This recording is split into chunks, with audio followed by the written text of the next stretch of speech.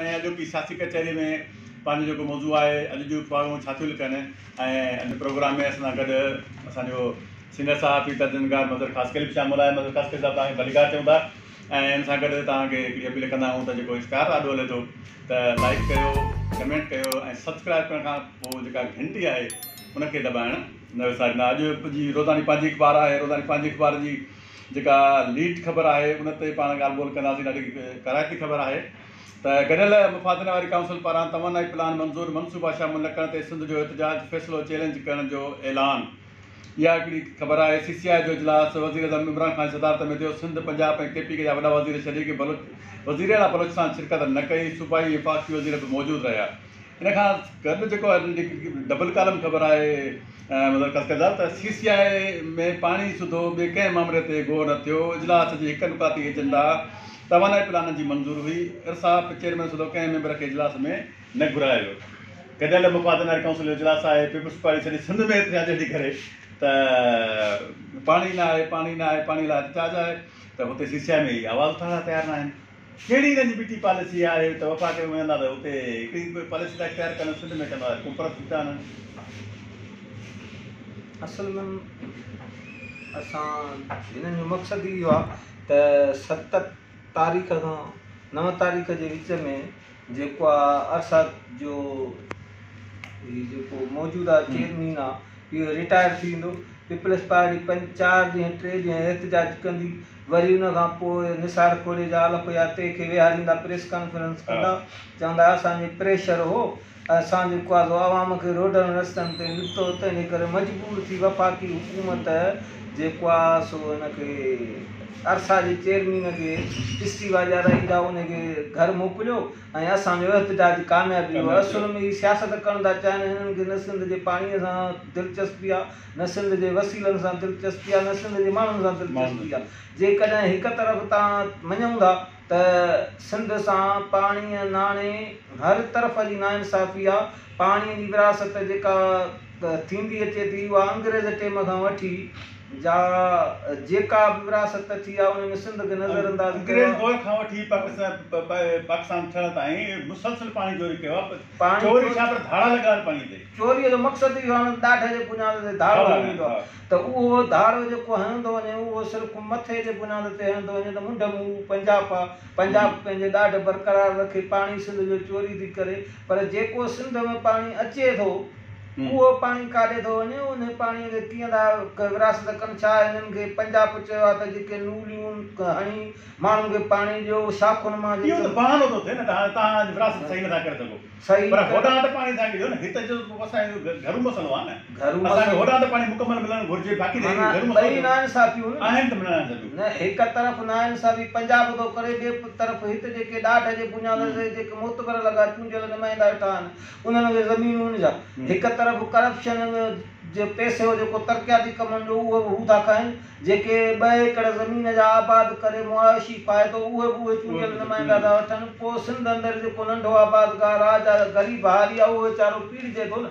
ॿई पासा जेको आहे सो उहो ग़रीब हारी ऐं नंढो आबादगार थो पीड़िजे। माना ही अजीब मंतक आहे हिन मुल्क अंदरि जा जेके सगारी दुरियूं जेके चवंदियूं असांजो पाकिस्तान लाइ हाण थो फाटे उहे भला करणु छा थी चाहिनि। रोज़ानी कावश ते चऊं था त रोज़ानी कावश जी जेका सुपर लीड ख़बर आहे त पोलिंग दौरान वोटिंग मशीन नाकारा बणी सघे थी, बायोमेट्रिक तस्दीकी निज़ाम बि न आहे, इलेक्शन कमीशन पारां ख़दशा ज़ाहिर। हाणे इमरान हुकूमत लॻी पई आहे त बायोमेट्रिक वारी मशीन आहे, मशीन जंहिंखे चइजे थो। हाणे या टेक्निकल वॾा मसइला आहिनि हिन में के मसइला कोन्हनि। हीअ जेके चूंडूं थींदियूं ईंदड़ उहे इन ई बुनियाद ते थींदियूं, बायोमेट्रिक मशीन तहत थींदियूं। हीअ जेको दोल धमाचो वॼाईंदा न पीपल्स पार्टी वारनि में एतिरो दम आहे जा ॿी कंहिं पार्टीअ में त हिनखे रद्द कनि ऐं ईंदड़ चूंडूं चई सघिजे थो त छा, पर फ़ैसिलो तक़रीबन थी वियो आहे त ईंदड़ चूंडूं इन ते थींदियूं। सिर्फ़ु ॿाहिरि जेके वेठल आहिनि ॿाहिरी माना मुल्कनि में पाकिस्तानी जिन जो अंग ज़रे घटि जेको आहे 30 खां 40 लख जे लॻभॻि आहे, उन्हनि खे हिन महिल ताईं पाकिस्तान अंदरि वोट विझण जो या वोट ॾियण जो हक़ु न आहे मिलियो। हिननि इहो फ़ैसिलो करे छॾियो आहे, बिल बि पास थी चुका आहिनि त ॿाहिरि जेके वेठल आहिनि उन्हनि खे वोटनि जो हक़ु ॾियणो आहे। उन्हनि खे जेकॾहिं वोटनि जो हक़ु ॾींदा त उन सां जेके सीटूं वधंदियूं या उन्हनि खे कहिड़े अंदाज़ सां ॾींदा, उहो त हेॾे कोन अची वोट ॾींदा। ईंदड़ चूंडूं छणियूं ई न हिते।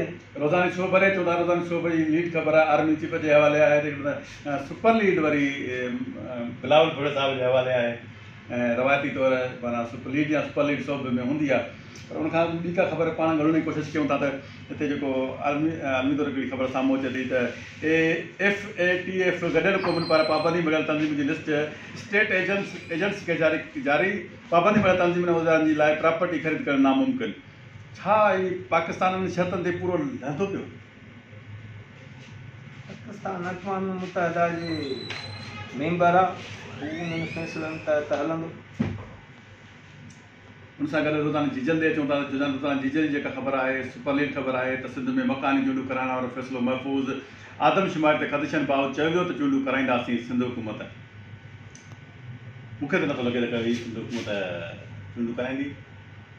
सिंध हुकूमत चूंडूं न कराईंदी, पर हीअ वफ़ाक़ी हुकूमत सिंध हुकूमत सभिनि जो हिकिड़ो ड्रामो आहे। सुप्रीम कोर्ट जो फ़ैसिलो आयल आहे त जेकॾहिं तव्हां जमहूरी निज़ाम चाहियो था ऐं मुल्क में जमहूरियत आहे त हिन वक़्तु ताईं बलदियाती चूंडूं छो न थियूं आहिनि।